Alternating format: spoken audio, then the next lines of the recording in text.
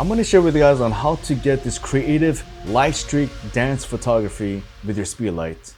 Check this out.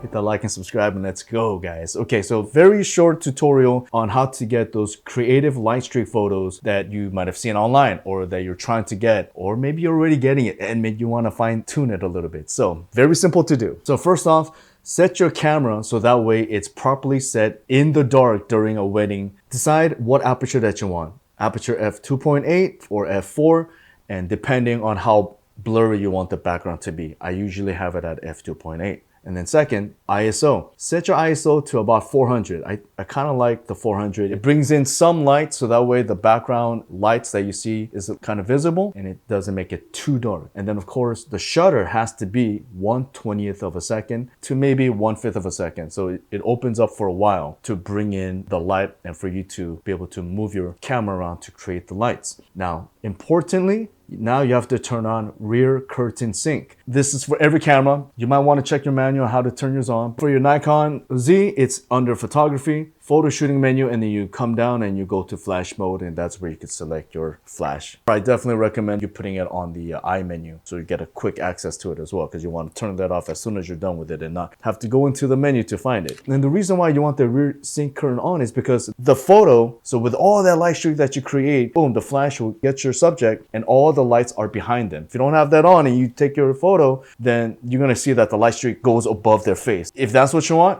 leave it off. To get a cleaner photo of the person, you want that on. When you take the photo, shake it around. You could just be random about it. You could even have fun and make little heart shapes or even a little star, or you could even wiggle line or circles. And of course, if you want the lines to be longer, then you could make it a full second.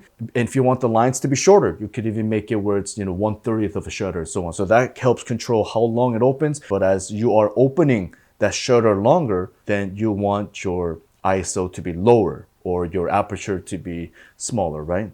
So that way you're not just making it brighter and brighter and brighter. Very simple to get awesome light streak photos. And so since we're talking about flash, I just quickly wanted to mention about a Viltrox Spark flash. First off, the design just looks really neat. It just looks super high tech, and it also has TTL. That means full automatic mode, and you don't have to worry about what power you have to be in to get the flash photos that you want. And it has S1 and S2 mode, so that way this could also be a slave. If you want to get creative photos and you got one flash going off, then the flash will trigger this off, so you could get an angle flash and you could get creative photos with this tiny little flash. To control the strength of the flash, it's a big dial back here. You just simple as that. So very quick to change. And I like the loud clicking noise too. For the TTL mode, instead of actually saying TTL, it says A for automatic mode and then M for manual mode. And it has a built-in battery, allows you to take flash, full power flash up to 670 times. So very cool little gadget for sure from Viltrox. And I got the discount code. You get a discount